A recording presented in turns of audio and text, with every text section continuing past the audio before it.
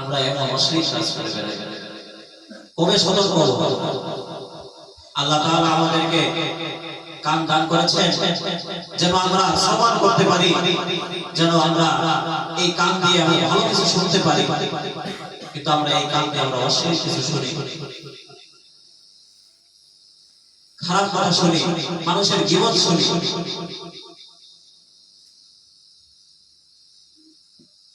আল্লাহ তাআলা আমাদেরকে মুখ দান করেছেন, এই মুখ দিয়ে যেন আমরা পবিত্র কালাম তিলাওয়াত করতে পারি, কিন্তু আমরা এই মুখ দিয়ে কি করি? মানুষের গীবত করি, মানুষের নিন্দা করি।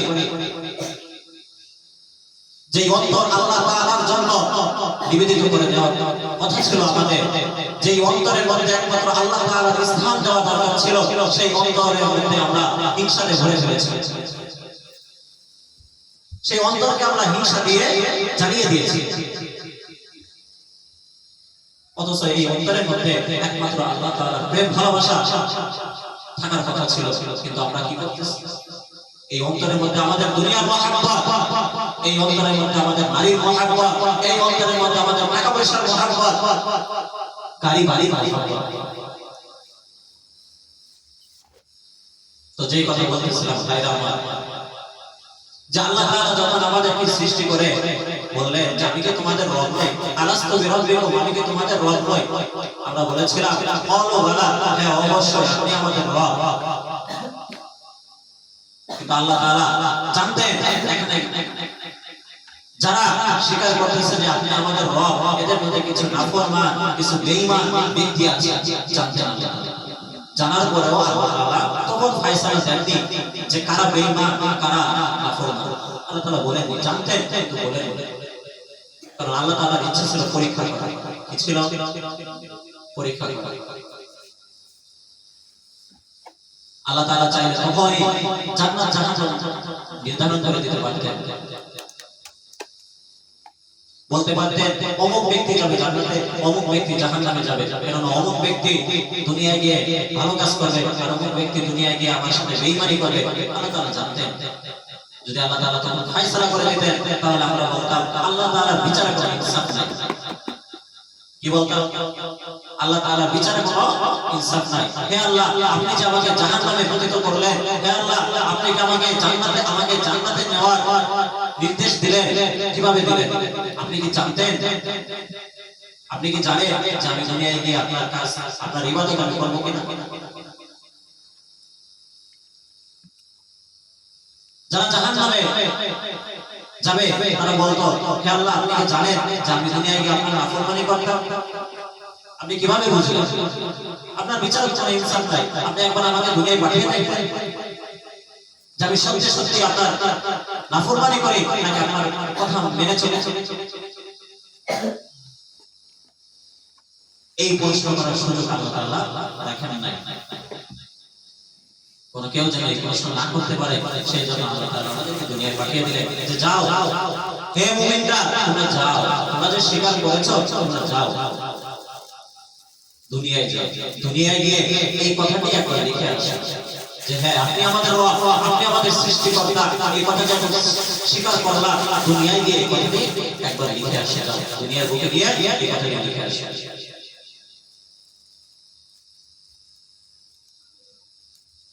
ওই কথাটি লেখার জন্য আল্লাহ তাআলা আমাদেরকে দুনিয়ায় পাঠিয়েছে, অন্য কোনো কিছু করার জন্য না।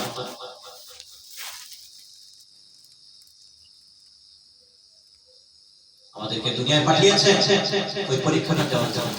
আমরা পরীক্ষার ফলে আছি। এই পরীক্ষার ফলে আমাদের জন্য নবী রাসূলগণ প্রেরণ করেছেন। দুনিয়ার এই পরীক্ষায় কোন শিক্ষক বলতে পারবে না কোন ছাত্র 1 নাম্বার হবে আর কোন ছাত্র ফেল হবে। এটা দুনিয়ার কোন শিক্ষক বলতে পারবে না। শুধুমাত্র ধারণা করতে পারবে যে হয়তো ওই ছাত্র 1 নাম্বার হতে পারে, কিন্তু শিওর হয়ে বলতে পারবে না। কিন্তু আমার আল্লাহ তাআলা জানতেন যে কারা কারা আমার পরীক্ষায় পাস করবে। তারপরও আল্লাহ তাআলা দুনিয়ায় পাঠিয়ে দেন পরীক্ষার জন্য। এবং এই পরীক্ষা তিনি প্রশ্নপত্র ফাঁস করে দিলেন। এই পরীক্ষা কি করলেন? প্রশ্নপত্র ফাঁস করে দিলেন। কিন্তু দুনিয়ায় কোনো পরীক্ষায় প্রশ্নপত্র ফাঁস করা হয় না। ফাঁস করা হয় না। মানে দুনিয়ার যে রেজাল্ট, আমাদের যে রেজাল্ট, সেই রেজাল্টে পরীক্ষাপত্র ফাঁস করার কোনো নিয়ম নেই। হ্যাঁ, কিছু জায়গায় বিশৃঙ্খলা হতে পারে, সেটা তাদের অন্যায় কাজ, কিন্তু সাধারণত নিয়ম অনুযায়ী কোনো পরীক্ষায় ফাঁস হওয়ার কোনো সিস্টেম নাই, কোনো নিয়ম নীতি নাই দুনিয়ার কোনো পরীক্ষায়। কিন্তু আল্লাহ তাআলা তিনি যে পরীক্ষা দিতে আমাদেরকে দুনিয়ায় পাঠালেন, সেই পরীক্ষার জন্য তিনি কি করলেন? নবী রাসূলগণ পাঠিয়ে দিলেন আমাদেরকে, যেন পরীক্ষাপত্র ফাঁস করে দিতে পারে এবং ওই পরীক্ষাপত্র আমরা যেন দেখে যেন উত্তর আমরা দিতে পারি, আমরা শুনে যেন উত্তর আমরা দিতে পারি। কিন্তু আমরা কি করলাম? আমরা প্রশ্নপত্র পেয়েও, প্রশ্নের উত্তরপত্র পেয়েও আমরা কি পরীক্ষায় পাস করতে পারলাম না। কত বড় দুঃখের বিষয়।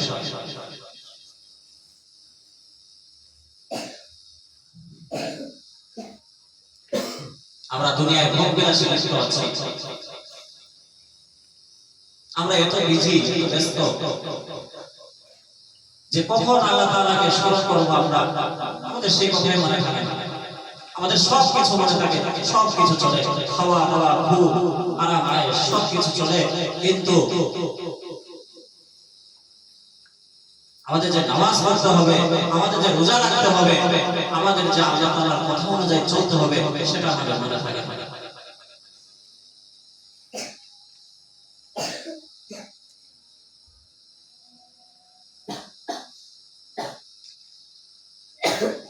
এমন অনেক ব্যক্তি আছে যারা চাকরি করে, যারা কাজ করে, বিভিন্ন অফিসারের সাথে কাজ করে, তাদের যদি বলা হয় ভাই চলে নামাজ পড়তে যাই, আজান দিয়েছে নামাজ পড়তে যাই, তখন সে বলে যে ভাই নামাজ পড়ে এখন আমি বিজি আছি। এমন ব্যক্তি আছে যারা নামাজ পড়বে না দেখে অজুহাত দাঁড় করায় যে ভাই আমি পাক পবিত্র না। কেন রে ভাই, আপনি পাক পবিত্র কেন থাকবেন না? আর আপনি কি কাফের? আপনি কি অমুসলিম যে আপনি পাক পবিত্র থাকবেন না? আপনি মুসলমান, আপনার সর্বদা পাক পবিত্র থাকা লাগবে, আপনার পেশাব থেকে পাক পবিত্র হওয়া লাগবে, আপনার ইস্তিনজা থেকে পাক পবিত্র হওয়া লাগবে, সর্বদা আপনার ছোট ছোট পাক পবিত্র থাকা লাগবে। যখন অপবিত্র হয়ে যাবেন তখন পুনরায় পাক হয়ে নেবেন। পাঁচ ওয়াক্ত নামাজ আপনাকে অবশ্যই আদায় করতে হবে। আপনি যত ইবাদত করেন আর যাই করেন, আপনি যদি নামাজ ঠিকমতো আদায় না করেন, আপনি জান্নাতের টিকিট পাবেন, জান্নাতের চাবি পাবেন। এজন্য হাদিস শরীফের মধ্যে এসেছে মিফতাহুল জান্নাতিস সালাত, এটা আমরা সবাই জানি এই হাদিসটি, যে নামাজ বেহেশতের চাবি। আমরা জান্নাতে যাব, আমরা সকল ইবাদত, মনে করো আমরা সকল ইবাদত করেছি, আমরা জান্নাতের দুয়ারে পৌঁছে গেছি, কিন্তু তখন দেখবো যে জান্নাতের দরজায় তালা দেওয়া, জান্নাতের দরজাতে তালা বন্ধ। তখন আমরা কিভাবে ঢুকবো?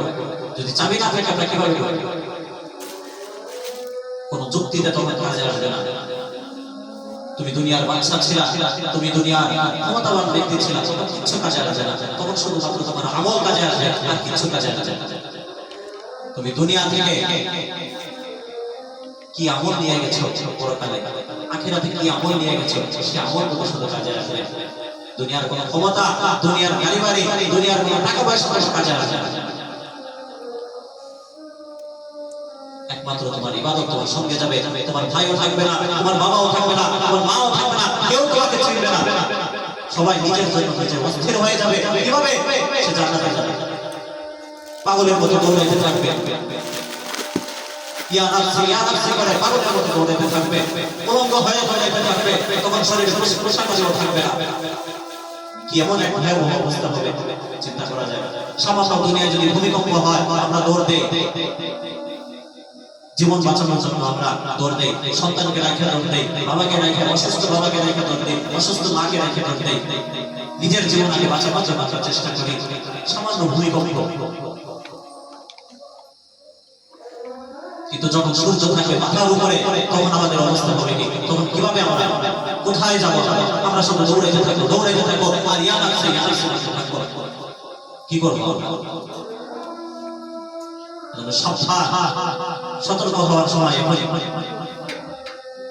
আমি একটি আয়াত তেলাওয়াত করেছি, কুল আউনাব্বিউকুম বিখাইরিন মিন যালিকুম লিল্লাযীনা তাকাউ ইনদা রাব্বিহিম জান্নাতুন তাজরি মিন তাহতিহাল আনহার। কুল আউনাব্বিউকুম, আমি কি তোমাদেরকে একটি সুসংবাদ দেব না? আমি কি তোমাদের একটি সুসংবাদ দেব না? বিখাইরিন মিন যালিকুম, যা এগুলো থেকে উত্তম, যা দুনিয়ার ভোগ বিলাস থেকে উত্তম, যা দুনিয়ার সৌন্দর্য থেকে উত্তম। লিল্লাযীনা তাকাউ ইনদা রাব্বিহিম, যারা তাকওয়া অর্জন করেছে। লিল্লাযীনা তাকাউ ইনদা রাব্বিহিম, যারা তাকওয়া অর্জন করেছে। ইনদা রাব্বিহিম, তাদের রবের কাছে রয়েছে জান্নাতুন তাজরি মিন তাহতিহাল আনহার, জান্নাতের মধ্যে সুন্দর একটি জান্নাত, এবং ওই জান্নাতের মধ্যে তাদের জন্য প্রবাহমান নদী রয়েছে। সুবহানাল্লাহ। আল্লাহ তাআলা তাদেরকে এমন একটি জান্নাত দিবে, যারা তাকওয়া অর্জন করলো, তাদেরকে আল্লাহ তাআলা এমন একটি জান্নাত দান করবে যে জান্নাতের মধ্যে প্রবাহমান নদী রয়েছে, যা দেখে তুমি তোমার মনের অশান্তি দূর করতে পারবে। জান্নাত এমন একটি জায়গা যেখানে তোমার কখনো মন খারাপ হবে না। দুনিয়ার মধ্যে আমরা শত আরাম-আয়েশের মধ্যে থাকা সত্ত্বেও আমাদের মন খারাপ থাকে কিনা? কিন্তু জান্নাত এমন একটি জায়গা যেখানে কখনোই তোমার মন খারাপ হবে না।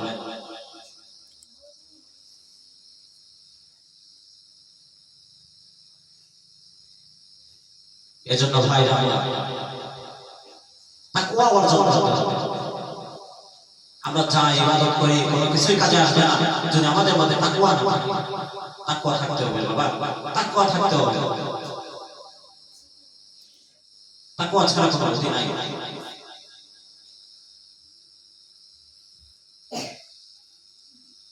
প্রত্যেকটা ইবাদত তাকওয়ার সহিত করতে হবে।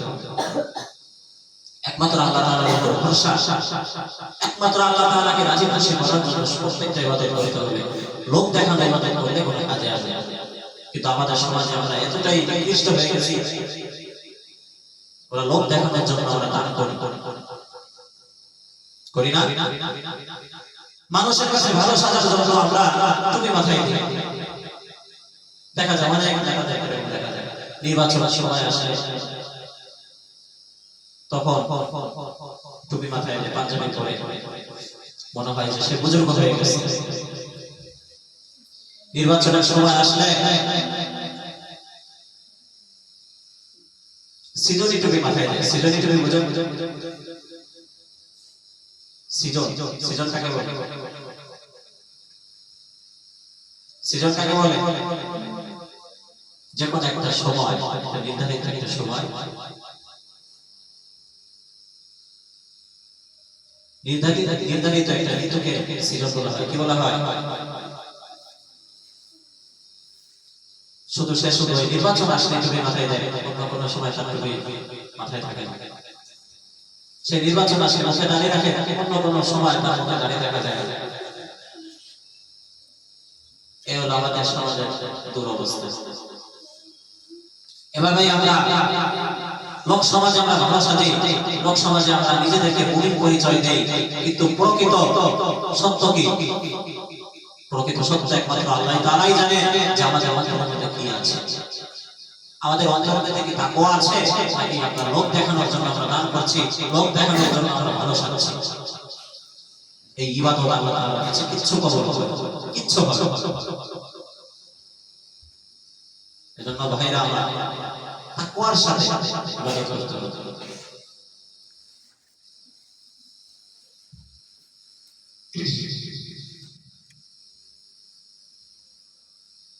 ইন্নাল্লাযীনা কাফারু বিআয়াতিনা সাওফা নুসলিহিম নারা।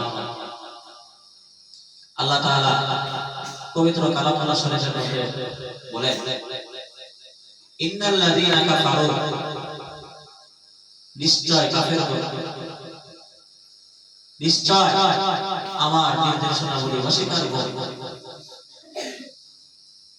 বিআয়াতিনা সাওফা নুসলিহিম নারা, নিশ্চয় আমি তাদেরকে আমার নির্দেশনা বলে বশীকরণকে সাউফা নুসলিহিম নারা আগুনে নিক্ষেপ করে কি করিব আগুনে নিক্ষেপ করে কুল্লামা নাদিজাত জুলুদুহু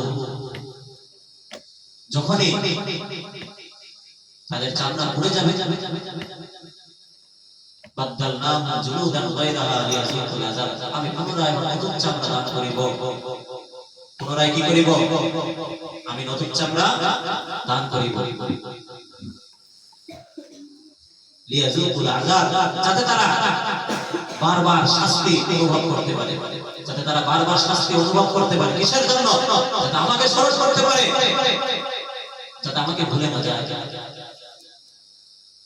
আমি বারবার স্মরণ করছি বারবার আমি স্মরণ করতেছি যে হে মুসলমান ফিরে আসো হে কাফেরগণ তোমরা ইসলামের সুশীতল ছায়াতলে আশ্রয় গ্রহণ করো আমি বারবার তাদেরকে আযাব গজবের মাধ্যমে তাদেরকে সতর্ক করতেছি ভূমিকম্পের মাধ্যমে সতর্ক করতেছি ঝড় ঝড়ের মাধ্যমে সতর্ক করতেছি করার রোদের মাধ্যমে সতর্ক করতেছি করার শীতের মাধ্যমে সতর্ক করতেছি কিন্তু সতর্ক হচ্ছ না যখন কবরে চলে যাবা তখন ঠিকই বুঝে আসবে তখন আমার এই সতর্কের কথা তখন আর মনে করে লাভ নেই এজন্য সাবধান আল্লাহ তাআলা ছাড় দেন কিন্তু ছেড়ে দেন না আল্লাহ তাআলা যেমন দয়াশীল ক্ষমাশীল ঠিক তেমনি ভাবে আল্লাহ তাআলা কাহ্হার তিনি কঠোর যখন আল্লাহ তাআলা রাগ হবে যখন তিনি ক্রোধান্বিত হবেন তখন আমাদের অবস্থা হবে কি চিন্তা করা যায়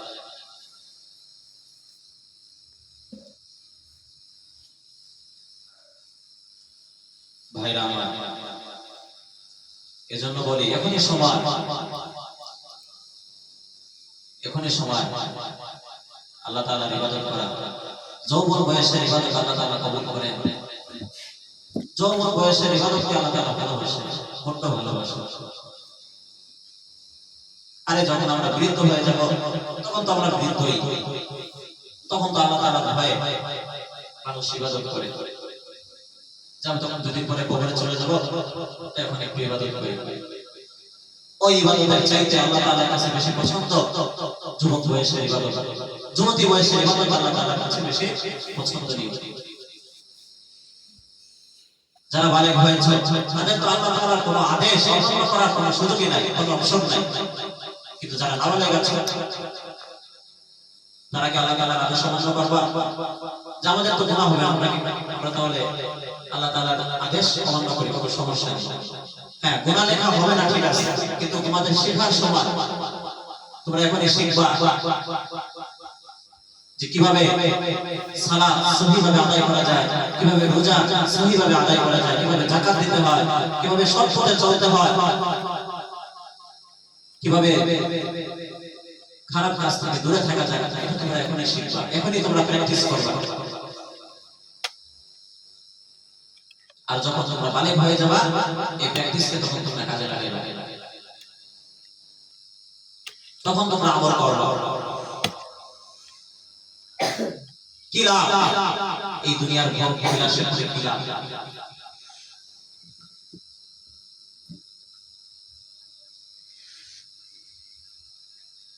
ভারতবর্ষের ইতিহাসে একজন রাজা ছিলেন তার নাম হলো আলাউদ্দিন খিলজি নাম কি ছিল আলাউদ্দিন খিলজি তিনি এক মহান শাসক ছিলেন তিনি কখনো ঘুষ খাইতেন না কখনো সুদ খাইতেন না তিনি কখনো হারাম কাজ করতেন না হারাম কাজ থেকে তিনি অনেক দূরে থাকতেন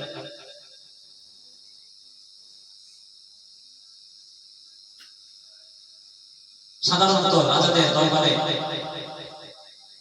তাদের আনন্দ দেওয়ার জন্য অনেক নর্তকী থাকে অনেক রাজদরবারে নর্তকী থাকে তারা রাজাদের মন খুশি বসে নিচে গিয়ে রাজাদের মন খুশি বসে তার দরবারে কোনো কিছুই ছিল না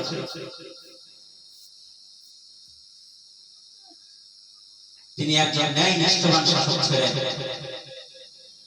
ইতিহাস সাক্ষী তিনি তার ন্যায়নিষ্ঠতা এত পরিমাণ ছিল যে তিনি তার যুগে তার শাসনামলে কই যাবে তার শাসনামলে তিনি একটা নিয়ম জারি করেছিলেন যে যারা ব্যবসা করেন তারা ওজনে কম দিতে পারবে না। যদি ওজনে কম দেন, যে পরিমাণ কম দিবেন ওই পরিমাণ গোশত তার শরীরের থেকে কেটে নেওয়া হবে। ওই পরিমাণ অংশ কি করা হবে? তার শরীরের থেকে গোশত কেটে নেওয়া হবে। তিনি এরকম নিয়ম জারি করেছিলেন। আরো একজন শাসক ছিলেন, শেরশাহ সূরি তার নাম ছিল।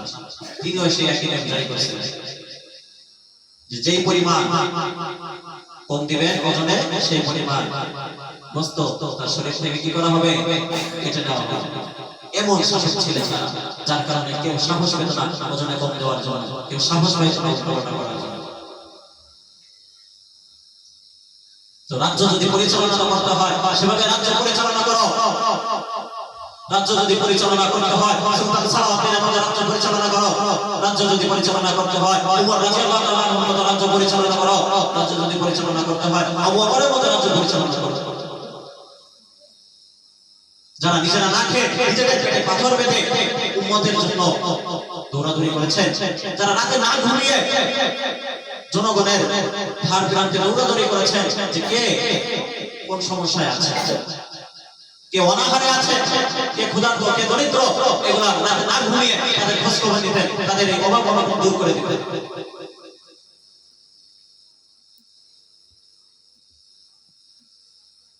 তারা ক্ষমতার অপব্যবহার করেননি। তারা এতটাই আদর্শবান নেতা ছিল।